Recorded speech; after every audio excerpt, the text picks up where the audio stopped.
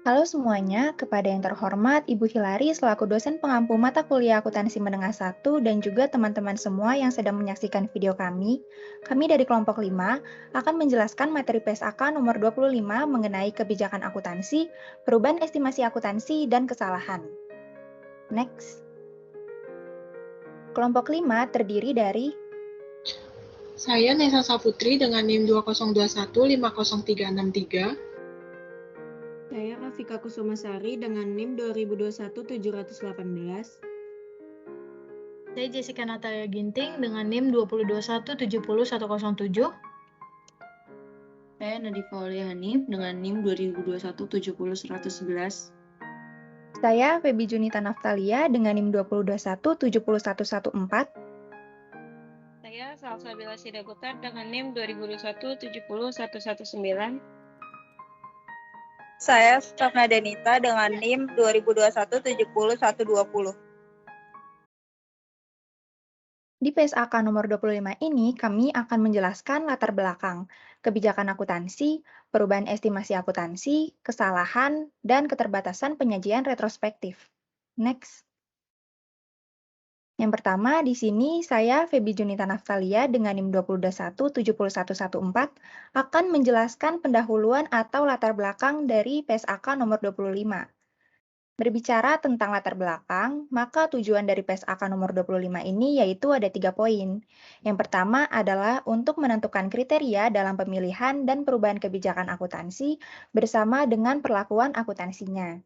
Yang kedua yaitu pengungkapan atas perubahan kebijakan akuntansi, perubahan estimasi akuntansi, dan koreksi kesalahan.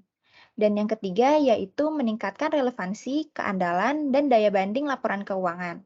Pernyataan ini dimaksudkan untuk meningkatkan relevansi dan keandalan laporan keuangan entitas, daya banding laporan keuangan tersebut, dan dengan laporan keuangan entitas lainnya. Next.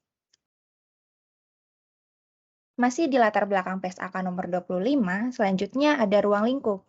Ruang lingkup PSAK nomor 25 ini dibagi menjadi 2. Yang pertama adalah pemilihan dan penerapan kebijakan akuntansi dan pencatatan perubahan kebijakan akuntansi, perubahan estimasi akuntansi, dan koreksi kesalahan periode lalu.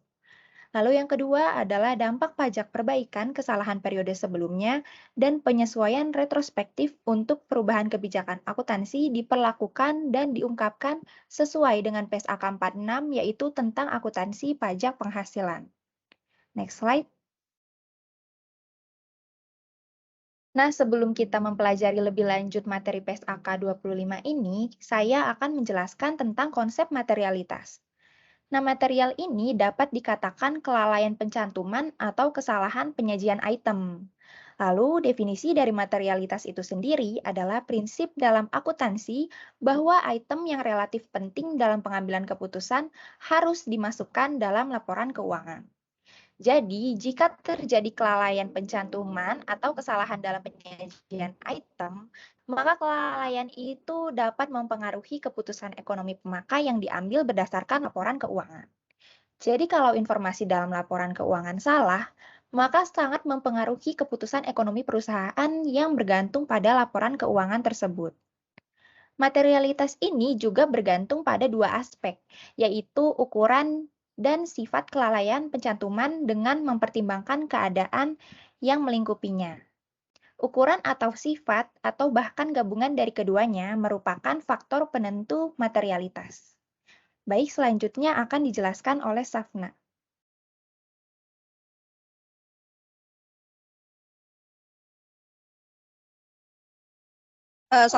Selanjutnya saya Safna Denita Anggraini dengan NIM 2021-70120 akan menjelaskan definisi PSAK 25. Yang pertama, konvensi, peraturan, dan praktik tertentu yang diterapkan entitas dalam penyusunan dan penyajian laporan keuangan.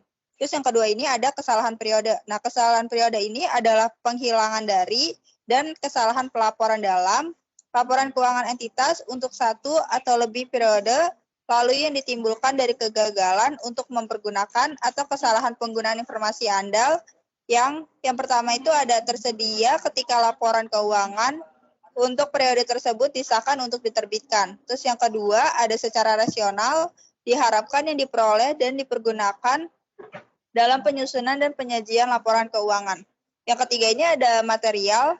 Definisi dari material adalah kelalaian pencantuman atau kesalahan penyajian item material jika hal tersebut secara individual atau kolektif mempengaruhi keputusan ekonomi. Next. Di sini ada penerapan retrospektif. Nah, penerapan retrospektif adalah penerapan kebijakan akuntansi baru untuk transaksi, peristiwa, dan kondisi lain seolah-olah kebijakan tersebut telah diterapkan sejak awal transaksi. Next. Selanjutnya di sini ada penyajian kembali retrospektif. Nah, ini adalah koreksi pengakuan, pengukuran, dan pengungkapan jumlah unsur-unsur laporan keuangan seolah-olah kesalahan periode lalu tidak pernah terjadi. Terus selanjutnya ada standar akuntansi keuangan atau SAK. Ini adalah pernyataan standar akuntansi keuangan, interpretasi standar akuntansi keuangan, dan produk standar lain yang dikeluarkan oleh Dewan Standar Akuntansi Keuangan. Terus selanjutnya di sini ada perubahan estimasi akuntansi adalah penyesuaian jumlah tercatat aset atau liabilitas atau jumlah pemakaian periodik aset yang berasal dari penilaian status terkini dan ekspektasi manfaat masa depan dan kewajiban yang terkait dengan aset dan liabilitas. Terus selanjutnya ada penerapan prospektif. Nah, penerapan prospektif ini merupakan suatu perubahan kebijakan akuntansi dan pengakuan dampak perubahan estimasi akuntansi yang masing-masingnya yang pertama itu ada penerapan kebijakan akuntansi baru untuk transaksi atau peristiwa dan kondisi lainnya yang terjadi setelah tanggal perubahan kebijakan. Terus yang kedua ini ada pengakuan dampak perubahan estimasi akuntansi pada periode berjalan dan periode mendatang yang dipengaruhi oleh perubahan tersebut. Next. Selanjutnya di sini ada pemilihan dan penerapan kebijakan akuntansi PSAK 25, yaitu ketika suatu SAK secara spesifik berlaku untuk suatu transaksi, peristiwa, atau kondisi lainnya. Kebijakan akuntansi yang diterapkan untuk item tersebut menggunakan SAK yang bersangkutan dan mempertimbangkan panduan aplikasi SAK yang relevan. Next. Di sini ada dalam membuat pertimbangan yang dijelaskan di paragraf 10. Ini manajemen mengacu dan mempertimbangkan keterapan dari sumber-sumber berikut ini sesuai dengan urutan menurun. Yang pertama itu ada 11, yang kedua itu ada 13. Terus persyaratan dan panduan dalam SAK yang berhubungan dengan masalah serupa dan terkait. Dan definisi, kriteria, pengakuan, dan konsep pengukuran untuk aset, liabilitas, penghasilan, dan beban dalam kerangka dasar penyusunan dan penyajian laporan keuangan. Next. Selanjutnya di sini ada penerapan perubahan kebijakan akuntansi. Nah, ini bergantung dari paragraf 23, yaitu entitas mencatat perubahan kebijakan akuntansi akibat dari penerapan awal suatu PSAK sebagaimana yang diatur dalam ketentuan transisinya. Jika ada dalam PSAK tersebut dan entitas mengubah kebijakan akuntansi untuk penerapan awal suatu PSAK yang tidak mengatur ketentuan transisi untuk perubahan tersebut atau perubahan kebijakan akuntansi secara sukarela diterapkan secara retrospektif. Next. Next.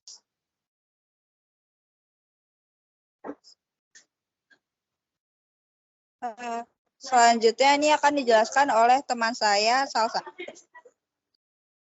Nah, selanjutnya saya akan membahas konsistensi kebijakan akuntansi.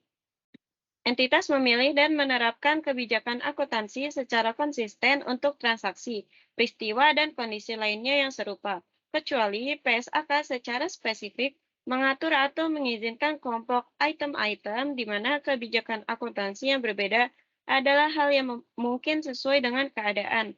Jika PSAK mengatur atau mengizinkan pengelompokan semacam itu, maka kebijakan akuntansi yang tepat dipilih dan diterapkan secara konsisten untuk setiap kelompok. Lalu, ada perubahan kebijakan akuntansi. entitas mengubah suatu kebijakan akuntansi hanya jika diperlukan perubahan tersebut. Yang pertama itu ada dipersyaratkan oleh suatu PSAK atau menghasilkan laporan keuangan yang memberikan informasi yang andal dan lebih relevan tentang dampak transaksi, peristiwa, atau kondisi lainnya terhadap posisi keuangan, kinerja keuangan, atau arus kas entitas. Nah, pemakai laporan keuangan perlu untuk mampu membandingkan laporan keuangan entitas sepanjang waktu untuk mengidentifikasi kecenderungan dalam posisi keuangan, kinerja keuangan, dan arus kasnya. Oleh karena itu, kebijakan akuntansi yang sama diterapkan pada setiap periode dan dari suatu periode dengan periode berikutnya, kecuali pada suatu perubahan kebijakan akuntansi yang memenuhi kriteria pada paragraf di atas. Nah, berikut bukan merupakan perubahan kebijakan akuntansi, yaitu yang pertama, penerapan suatu kebijakan akuntansi untuk transaksi, peristiwa, atau kondisi lainnya yang berbeda secara substansi daripada yang terjadi sebelumnya, dan penerapan suatu kebijakan akuntansi baru untuk transaksi, peristiwa, atau kondisi lainnya yang tidak pernah terjadi sebelumnya atau tidak material. Penerapan awal suatu kebijakan untuk menilai kembali aset sesuai dengan PSAK 16, yaitu aset tetap, atau PSAK 19, yaitu aset tidak berwujud, adalah suatu perubahan dalam kebijakan akuntansi yang berhubungan dengan suatu revaluasi sesuai dengan PSAK 16 atau PSAK 19, bukan sesuai dengan pernyataan ini. Lalu ada penerapan perubahan kebijakan akuntansi. Bergantung dari paragraf 23, entitas mencatat perubahan kebijakan akuntansi akibat dari penerapan awal suatu PSAK, sebagaimana yang diatur dalam ketentuan transisinya jika ada dalam PSAK tersebut. Dan entitas mengubah kebijakan akuntansi untuk penerapan awal suatu PSAK yang tidak mengatur ketentuan transisi untuk perubahan tersebut, atau perubahan kebijakan akuntansi secara sukarela diterapkan secara retrospektif. Nah, untuk tujuan dalam pernyataan ini, penerapan dini PSAK bukan merupakan perubahan kebijakan akuntansi yang bersifat sukarela. Dalam hal PSAK juga tidak secara spesifik diterapkan untuk transaksi, peristiwa, atau kondisi lainnya. Maka manajemen sesuai paragraf 12 menerapkan suatu kebijakan akuntansi terkini yang dikeluarkan oleh badan pembuat standar akuntansi lain yang menggunakan kerangka konseptual yang sama dalam mengembangkan standar akuntansi. Jika selanjutnya pengaturan atau pronouncement tersebut diamandemen, entitas memilih untuk mengubah suatu kebijakan akuntansi, maka perubahan tersebut dicatat dan diungkapkan sebagai perubahan kebijakan akuntansi yang bersifat sukarela. Nah, materi selanjutnya akan dijelaskan oleh Jessica. Baik, saya akan menjelaskan tentang penerapan retrospektif bergantung dari paragraf 23.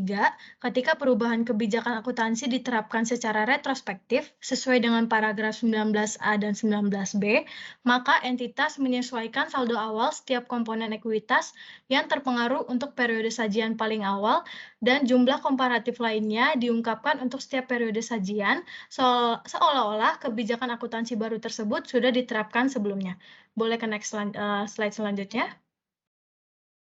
Nah, selanjutnya itu ada keterbatasan penerapan retrospektif. Yang pertama itu, ketika penerapan retrospektif diisyaratkan oleh paragraf 19A atau 19B, maka perubahan kebijakan akuntansi diterapkan secara retrospektif kecuali sepanjang tidak praktis untuk menentukan dampak periode spesifik atau dampak kumulatif perubahan tersebut. Selanjutnya, ketika tidak praktis untuk menentukan dampak periode spesifik akibat perubahan kebijakan akuntansi dalam informasi komparatif untuk satu atau lebih periode sajian, maka entitas menerapkan kebijakan akuntansi baru untuk jumlah tercatat aset dan liabilitas pada awal periode paling awal. Mungkin periode berjalan dan membuat penyesuaian saldo awal setiap komponen ekuitas yang terpengaruh untuk periode itu. Yang ketiga itu ketika tidak praktis bagi entitas untuk menerapkan kebijakan akuntansi baru secara retrospektif karena entitas tidak dapat menentukan dampak kumulatif penerapan kebijakan untuk semua periode lalu, maka entitas sesuai paragraf 25 menerapkan kebijakan baru secara retrospektif mulai dari periode paling awal yang dapat dipraktikan. Boleh ke slide selanjutnya. Oke, selanjutnya itu ada pengungkapan. Nah, ketika penerapan awal suatu PSAK memiliki dampak pada periode berjalan atau periode lalu, entitas mengungkapkan yang pertama itu ada judul PSAK. Yang kedua itu ketika dapat diterapkan bahwa perubahan kebijakan akuntansi dilakukan sesuai dengan ketentuan transisinya. Yang ketiga itu sifat dari perubahan kebijakan akuntansi. Yang keempat ketika dapat diterapkan penjelasan ketentuan transisi. Yang kelima ketika dapat diterapkan ketentuan transisi yang memiliki dampak pada periode mendatang. Yang keenam untuk periode berjalan dan setiap periode lalu sajian sepanjang praktis jumlah penyesuaian. Yang ketujuh, untuk setiap item laporan keuangan yang terkena dampak, dan jika PSAK 56 laba per saham diterapkan laba per saham dasar dan dilusian. Yang selanjutnya, jumlah penyesuaian terkait dengan periode-periode sebelum disajikan sepanjang praktis, dan jika penerapan retrospektif disyaratkan oleh paragraf 19A dan 19B tidak praktis untuk suatu periode lalu tertentu atau periode-periode sebelum disajikan, keadaan yang mendorong ke keberadaan kondisi itu dan penjelasan bagaimana dan mulai kapan perubahan kebijakan akuntansi diterapkan. Boleh ke slide selanjutnya. Nah, dan ketika perubahan kebijakan akuntansi sukarela memiliki dampak pada periode berjalan atau periode lalu, entitas mengungkapkan yang pertama, sifat dari perubahan kebijakan akuntansi. Alasan kenapa penerapan kebijakan akuntansi baru memberikan informasi yang andal dan lebih relevan. Yang selanjutnya, untuk periode berjalan dan setiap periode lalu sajian sepanjang praktis dan jumlah penyesuaian. Yang keempat itu ada untuk setiap item laporan keuangan yang terpengaruh. Dan yang kelima, jika PSAK 56 laba per saham diterapkan untuk entitas, laba per saham dasar dan dilusian, dan selanjutnya jumlah penyesuaian yang terkait dengan periode-periode sebelumnya, di mana periode-periode tersebut disajikan sepanjang praktis, dan jika penerapan retrospektif tidak praktis untuk suatu periode tertentu atau untuk periode-periode sebelum periode tersebut disajikan. Keadaan yang membuat keberadaan kondisi itu dan penjelasan bagaimana sejak kapan perubahan kebijakan akuntansi diterapkan. Boleh ke slide selanjutnya. Nah, dan yang terakhir ini, ketika entitas belum menerapkan suatu PSAK baru yang telah diterbitkan tetapi belum efektif berlaku, maka entitas mengungkapkan A. Fakta ini, dan B. Informasi relevan yang dapat diestimasi secara wajar atau dapat diketahui untuk menilai dampak yang mungkin atas penerapan PSAK baru tersebut pada laporan keuangan pada periode awal penerapannya. Dan entitas mengungkapkan A. Judul PSAK baru, B. Sifat penerapan standar yang belum berlaku efektif atau perubahan kebijakan akuntansi, yang C. Tanggal di mana penerapan PSAK disyaratkan, yang D. Tanggal di mana entitas berencana untuk menerapkan PSAK awalnya, dan E. Apakah yang pertama diskusi perkiraan dampak penerapan awal PSAK yang atas laporan keuangan, atau yang kedua, jika dampak tidak dapat diketahui atau diestimasi secara wajar, pernyataan atas hal itu. Baik, materi selanjutnya akan dijelaskan oleh rekan saya, Neisa.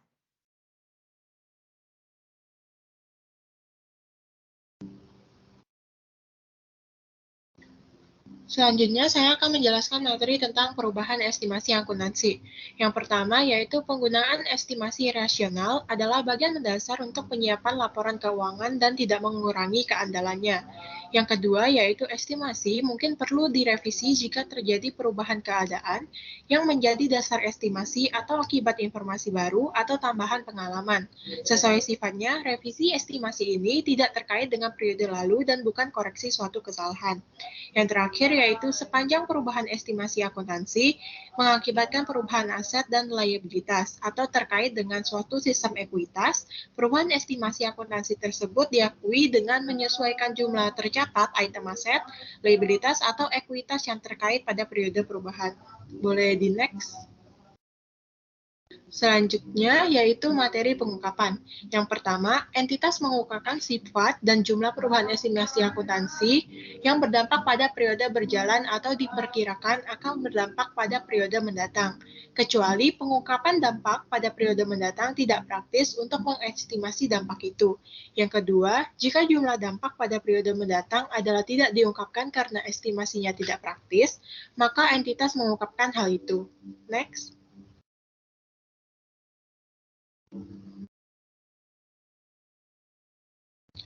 Selanjutnya masih di materi pengungkapan, kesalahan dapat timbul dalam pengakuan, pengukuran, penyajian, atau pengungkapan unsur-unsur laporan keuangan. Laporan keuangan tidak sesuai dengan SAK jika mengandung kesalahan material atau tidak material yang disengaja untuk mencapai suatu penyajian laporan posisi keuangan, kinerja keuangan, atau arus keuangan tertentu. Posisi kesalahan periode berjalan yang ditemukan pada periode itu dikoreksi sebelum laporan keuangan diterbitkan. Namun, apabila kesalahan material yang kadangkala tidak ditemukan sampai suatu periode kemudian, dan kesalahan periode lalu dikoreksi pada informasi komparatif sajian pada laporan keuangan periode selanjutnya tersebut. Materi selanjutnya akan dijelaskan oleh teman saya, Rafika. Selanjutnya ada keterbatasan penyajian kembali retrospektif. Terdapat 6 keterbatasan penyajian. Yang pertama itu, kesalahan periode lalu dikoreksi dengan penyajian kembali secara retrospektif, kecuali sepanjang kesalahan periode lalu tidak praktis untuk menentukan dampak periode tertentu atau dampak kumulatif kesalahan. Yang kedua, ketika tidak praktis untuk menentukan dampak periode tertentu dari kesalahan pada informasi komparatif untuk satu atau lebih periode sajian, maka entitas menyajikan kembali saldo pembuka aset, liabilitas, dan ekuitas untuk periode paling awal di mana penyajian kembali retrospektif ialah praktis atau mungkin periode berjalan. Yang ketiga, ketika tidak praktis untuk menentukan dampak kumulatif pada awal periode berjalan dari kesalahan pada semua periode lalu, maka entitas menyajikan kembali informasi komparatif untuk mengoreksi kesalahan secara prospektif dari tanggal paling praktis. Yang keempat, yaitu koreksi kesalahan periode lalu tidak termasuk dari laporan laba rugi pada periode di mana kesalahan ditemukan. Informasi sajian atas periode lalu, termasuk ringkasan, data keuangan historis, akan disajikan kembali sejauh mungkin secara praktis. Yang kelima, ketika tidak praktis untuk menentukan jumlah kesalahan atau misalnya kesalahan penerapan kebijakan akuntansi untuk semua periode lalu, maka entitas sesuai dengan paragraf 45 menyajikan kembali informasi komparatif secara prospektif sejak tanggal paling awal secara praktis. Hal ini mengabaikan porsi kumulatif penyajian kembali aset, liabilitas, dan ekuitas yang timbul sebelum tanggal itu. Yang terakhir, koreksi kesalahan berbeda dengan perubahan estimasi akuntansi. Estimasi akuntansi sesuai dengan sifatnya yang merupakan perkiraan yang perlu direvisi akibat tambahan informasi yang diketahui di kemudian. Misalnya laba atau rugi yang diakui akibat hasil suatu kontingensi adalah yaitu bukan koreksi kesalahan. Next. Selanjutnya pengungkapan kesalahan periode lalu. Dalam penerapan paragraf 42, entitas mengungkapkan hal-hal berikut. Yang pertama itu sifat kesalahan periode lalu. Yang kedua, untuk setiap periode sajian sepanjang praktis jumlah koreksi, yaitu yang pertama untuk setiap item laporan keuangan yang terpengaruh. Dan yang kedua, jika menerapkan PSA ke-56, yaitu laba per saham, maka mengungkapkan laba per saham dasar dan dilusian. Untuk pengungkapan kesalahan periode lalu yang ketiga, yaitu jumlah koreksi pada awal periode sajian paling awal. Lalu yang terakhir, jika penyajian kembali retrospektif tidak praktis untuk suatu periode tertentu, keadaan yang membuat keberadaan kondisi itu dan penjelasan bagaimana dan sejak kapan kesalahan telah dikoreksi. Laporan keuangan periode berikutnya tidak perlu mengulang pengungkapan ini. Next. Selanjutnya, ketidakpraktisan penerapan retrospektif dan penyajian kembali retrospektif. Yang pertama, dalam beberapa keadaan ialah tidak praktis untuk menyesuaikan informasi komparatif untuk satu atau lebih periode lalu untuk mencapai daya banding dengan periode berjalan. Misalnya, data belum diperoleh dalam periode lalu dengan cara yang memungkinkan baik penerapan retrospektif suatu kebijakan akuntansi baru, yaitu termasuk untuk tujuan pada paragraf 51-53, ialah penerapan retrospektif untuk periode lalu, atau penyajian kembali untuk mengoreksi kesalahan periode lalu dan tidak praktis untuk menghasilkan informasi tersebut. Yang kedua, seringkali dibutuhkan untuk membuat estimasi dalam penerapan suatu kebijakan akuntansi untuk unsur laporan keuangan yang diakui atau disajikan atas transaksi, peristiwa, atau kondisi lainnya. Estimasi secara melekat bersifat subjektif dan estimasi dikembangkan setelah periode pelaporan. Pengembangan estimasi secara potensial lebih sulit ketika penerapan retrospektif kebijakan akuntansi atau penyajian kembali retrospektif untuk mengoreksi kesalahan periode lalu karena periode waktu yang lebih lama dapat berlalu sejak dampak transaksi, peristiwa, atau kondisi lainnya terjadi. Namun, estimasi objektif terkait periode lalu ialah sama untuk estimasi yang dilakukan pada periode berjalan. Dalam hal ini, untuk estimasi yang mencerminkan keadaan yang ada ketika transaksi, peristiwa, atau kondisi lainnya yang terjadi. Oleh karena itu, penerapan retrospektif kebijakan akuntansi baru atau koreksi kesalahan periode lalu menyaratkan pembedaan informasi yang menyediakan bukti keadaan yang ada pada tanggal terjadinya transaksi, peristiwa, atau kondisi lainnya, dan tersedia ketika laporan keuangan periode lalu disahkan untuk diterbitkan dari informasi lainnya. Untuk beberapa jenis estimasi, misalnya estimasi nilai wajar tidak didasarkan pada harga atau masukan yang dapat diobservasi. Tidak praktis untuk membedakan jenis-jenis informasi ini. Ketika penerapan retrospektif atau penyajian kembali retrospektif memerlukan estimasi signifikan sehingga tidak mungkin untuk membedakan kedua jenis informasi ini. Tidak praktis untuk menerapkan kebijakan akuntansi baru atau koreksi kesalahan periode lalu secara retrospektif. Yang terakhir, yaitu peninjauan ke belakang tidak digunakan ketika penerapan kebijakan akuntansi baru atau koreksi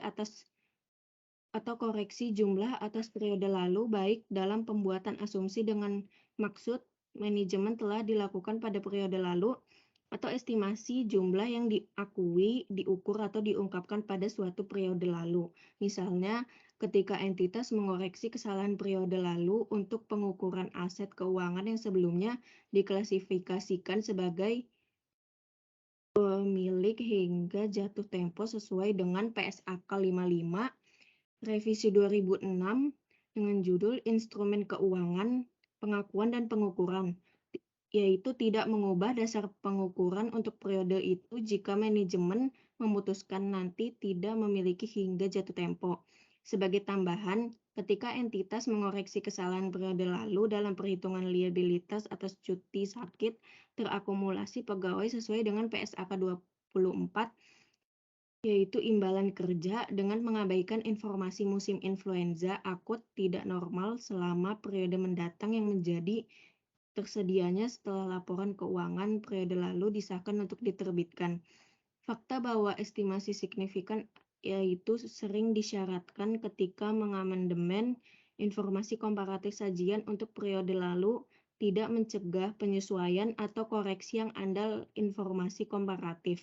Selanjutnya akan dijelaskan oleh Nadifah. Baik, selanjutnya yaitu mengenai tanggal efektif. Untuk tanggal efektif ini, pernyataan ini diterapkan untuk periode tahunan yang dimulai pada atau setelah 1 Januari 2011. Penerapan dini ini dianjurkan jika entitas menerapkan pernyataan ini untuk periode tahunan yang dimulai sebelum 1 Januari 2011. Maka, entitas mengungkapkan fakta itu diterapkan untuk periode tahunan yang dimulai pada atau setelah 1 Januari 2011. Bisa di next. Oke, di sini ada salah satu contoh soal yaitu mengenai penyajian kembali kesalahan retrospektif. Yang mana di sini terdapat informasi selama 2000X2 PT Beta menemukan beberapa produk yang telah dijual pada 2000X1. Salah tercatat pada persediaan per 31 Desember 2000X1 sebesar 6.500. Dan catatan akuntansi PT Beta untuk 2000X2 menunjukkan penjualan sebesar 104.000, harga pokok penjualan sebesar 86.500, sudah termasuk kesalahan 6.500 pada saldo awal persediaan, dan pajak penghasilan sebesar 5.250. Next. Oke, di sini di dalam 2000X21 PT Beta ini melakukan pelaporan, yang mana di dalam laporan ini masih terjadi kesalahan pencatatan yaitu di harga pokok penjualan sebesar 53.500, yang mana seharusnya itu sebesar 6.500 ditambahkan, jadi ini masih terjadi kesalahan pencatatan.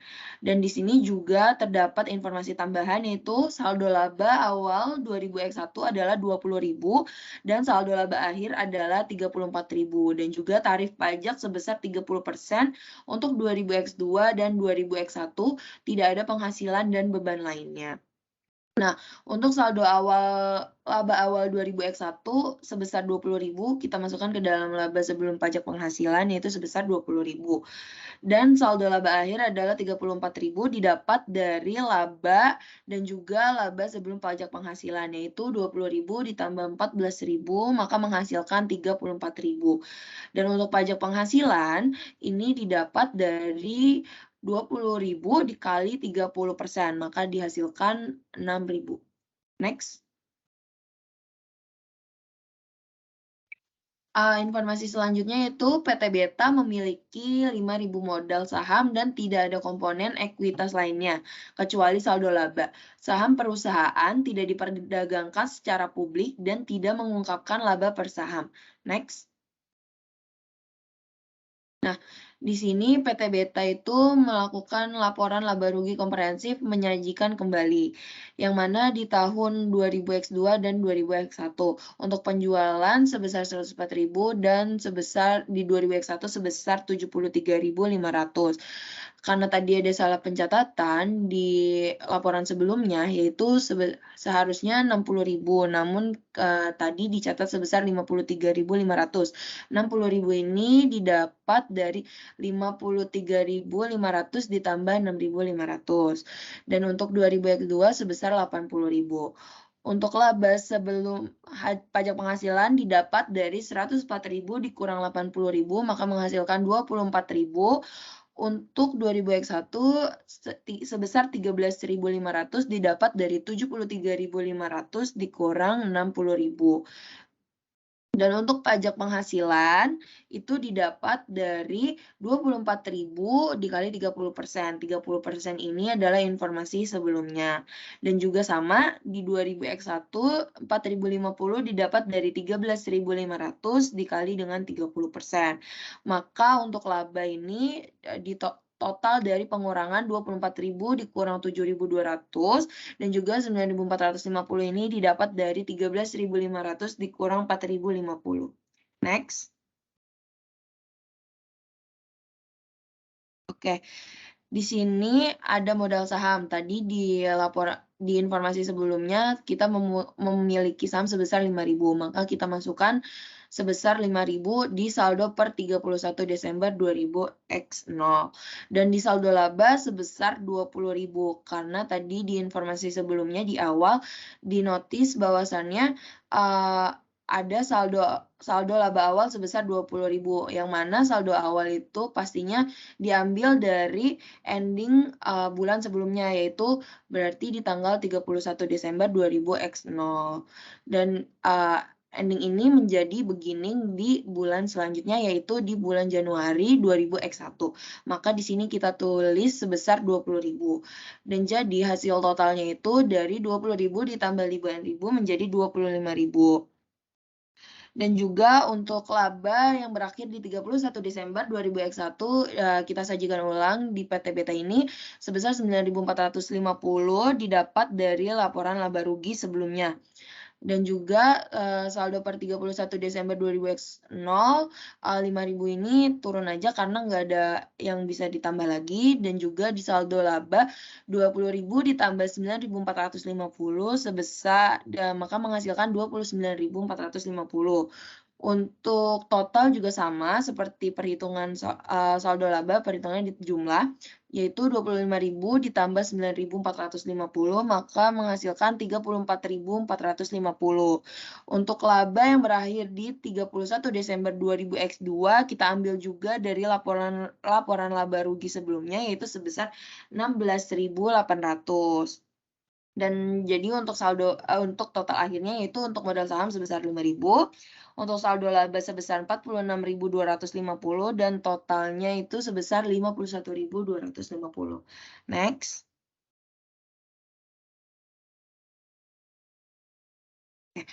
Di sini ada ringkasan dari catatan atas laporan keuangan yang tadi sudah dijelaskan sebelumnya. Nah, ini dampak daripada tahun 2000X1, yang mana terjadi peningkatan dalam harga pokok penjualan sebesar 6.500. Dan juga di sini ada penurunan beban pajak penghasilan sebesar 1.950. Karena pada awalnya kita membayar pajak itu sebesar 6.000, namun sekarang kita hanya membayar sebesar 4.050, maka itu terjadi penurunan. Dan juga di penurunan dalam laba kita mengalami penurunan sebesar 4.550.